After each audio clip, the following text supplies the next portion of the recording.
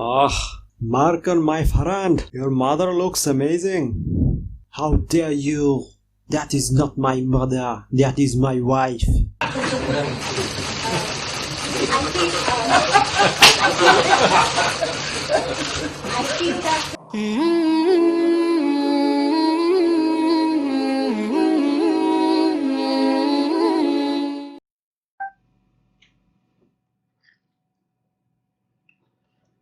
Assalamu alaikum warahmatullahi wabarakatuh, everyone. Welcome back to another episode of the Islamic Defense Podcast.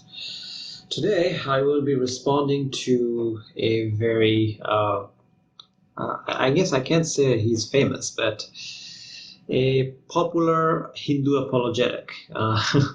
You're probably surprised, but yes, there are Hindu apologetics, or at least some are coming out. Because the thing is that Hindus don't usually do apologetics that much from my experience, but well, I guess times are changing.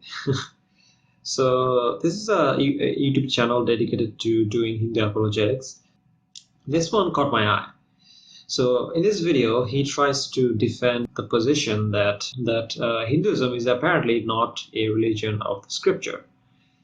I thought that it was an interesting claim, so I wanted to take a look at that.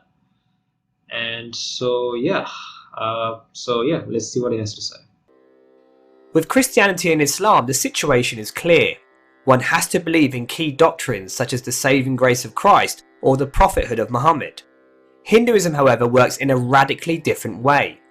Instead of seeing it as a religion, it is better viewed as a culture born from the Indian subcontinent and founded on spiritual truths. Whilst Abrahamic religions are shackled to their texts and the lives of their founders, Hinduism as a culture is not fixed in time but is always evolving. As circumstances and people change, new philosophies and techniques begin to emerge and gradually become part of mainstream thought and practice. At the same time, beliefs and ideas which no longer resonate gradually wither away and become redundant. We can see therefore that Hinduism is a living, breathing tradition that moves with the times and needs of the people.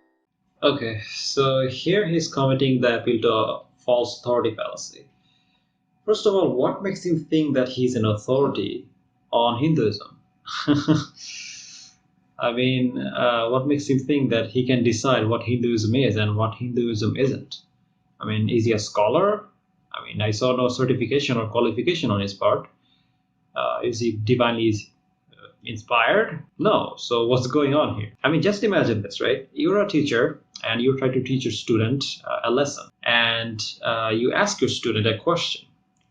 You ask your student that who invented airplanes, and your student says that it's Mahatma Gandhi. Then you tell your student that, well, that's not what the textbook says. And the student says that is what I believe. History doesn't have to be defined by what the textbook says. Now, tell me, what would you as a teacher do in that situation?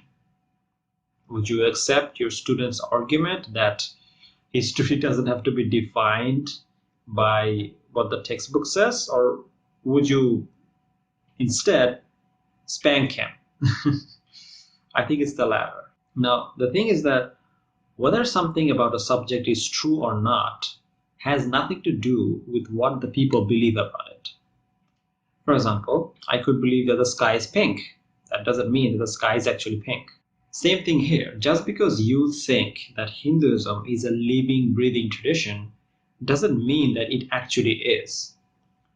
I mean, you have to provide evidence for your case. I mean, especially since you're not an authority on the subject matter. So, which is why I'm gonna now quote an actual Hindu scholar.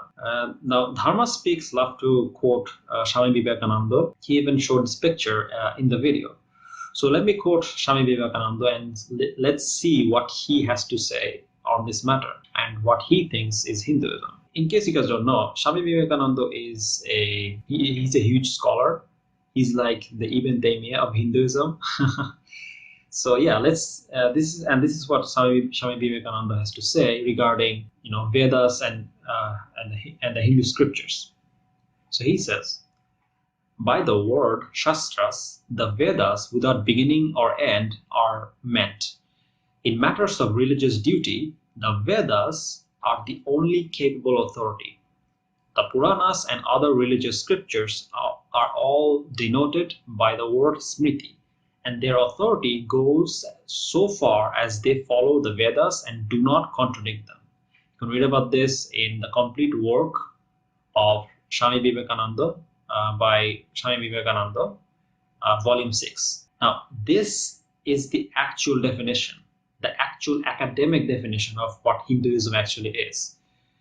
Hinduism is literally defined by the spiritual laws of the Vedas.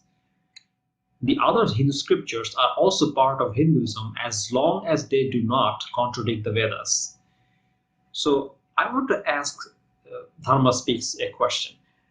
Does he think that people like Swami Vivekananda are idiots? Like, are all these classical Hindu scholars are just complete idiots or what? Or are they just misinformed? Because they don't agree with him. I mean, Dharma Speaks. Now I'm going to speak directly to you. They don't agree with you. Okay. As a matter of fact, I think most classical scholars would disagree with you. So you're wrong.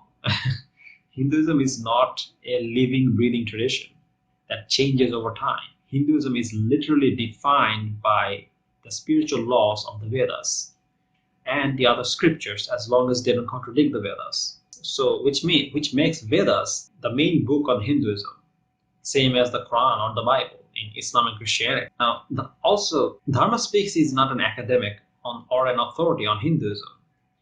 So his claims on Hinduism means nothing, especially since it goes against the opinion of the classical Hindu scholars. So any Hindu who claims that Vedas, books like the Vedas or other Hindu scriptures doesn't matter in Hinduism, they have no idea what the F they're talking about. Okay? They know nothing about their own religion, so they're just spouting nonsense. Because this is not what the academics believe. Academics take the Vedas very, very seriously, and Hinduism is literally defined by the Vedas, by the laws of the Vedas. You cannot be a Hindu without following the Vedas. Regardless, let's continue. This explains how new movements have constantly emerged, and while old ones become eclipsed with the passage of time. For instance, the rise of image and temple worship comes to the fore from 400 BC to 600 AD, and the Vedic yajna as the central ritual begins to decline. But having said that, there are four key spiritual truths, originally revealed by ancient seers, which bind this dynamic culture of Hinduism. We can broadly identify these as the divinity of the self, reincarnation and freedom from rebirth, karma, where actions and intentions create future results, and dharma, where every individual is seen to have a unique purpose in the cosmic picture. Although there are a few exceptions, these principles provide the base platform for the huge variety of traditions within Hinduism. They are fixed universal spiritual laws which are intrinsic to life and part of reality itself. While the foundational principles remain constant, the culture of Hinduism, however, is always on the march. A Hindu, therefore, is anyone who sees himself as part of this dynamic culture. This is why this type of reformist Hindu arguments do not work. If Hinduism is simply a culture, then how do you know what's right and what's wrong? I mean, if tomorrow all the Hindus came together and they decided that killing Muslims and Dalits are a good thing, then does that mean that that's now part of Hinduism? I mean, according to him, that would be, because this guy thinks that Hinduism is simply a culture. According to Oxford Dictionary, the word culture means the custom and beliefs, art, way of life, and social organization of a particular group or country. Some cow vigilantes in India like to kill Muslims simply for selling cow meat or selling cows. So in their culture, it is completely okay to kill Muslims for selling cows or selling cow meat. अगर वो गो तस्करी के लिए ले जा रहा है तो उसको वहीं काट दो, कानून का तो बाद में देखा जाएगा। पब्लिक के पीटने के दौरान अगर उसको इलाज पुलिस ने नहीं कराया, मर गया, तो इसमें एक व्यक्ति की किसी की जिम्मेदारी नहीं। गाय को बचाते समय अगर कोई गो तस्कर मर जाता है रक्षकों पे, तो इसमें कोई बुराई नहीं है। गाय हमारी माता है, उसको बचा रहे हूँ। सही हुआ। अगर गाय काटेगा तो आगे भी ऐसे ही होगा, क्योंकि ये रुकने वाला नहीं है। At the core of the Goraksha network is the WhatsApp group, or rather, the hundreds of WhatsApp groups. WhatsApp group तो मेरे पास 200 से 250 की संख्या में हैं। गोरक्षा और संगठन से जुड़े हुए भी कम से कम 150 ग्रुप, 150 पौने 200 group. Therefore, according to Dharma speaks on argument, this is part of Hinduism. Here, let me put this argument in logical form. Premise 1.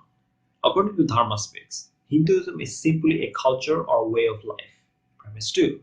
Some Hindus have a culture or a way of life where they go out and kill Muslims for selling cows. Premise 3. Therefore, killing Muslims for selling cows is a part of Hindu way of life or culture. Conclusion. Therefore, killing Muslims for selling cows is part of Hinduism. Now, we have a culture in India, at least some parts of India, where Hindus are killing Muslims for eating beef or selling beef, right? So according to him, since Hinduism is simply the culture, therefore, it logically follows that killing Muslims for selling beef is now part of Hinduism. I mean, this is absurd. But that's literally his argument. Anyway, regardless, let's continue. Through the advent of gurus and masters, through saints and rishis, innumerable philosophies and techniques have been created, updated and reformed to suit the needs of the time.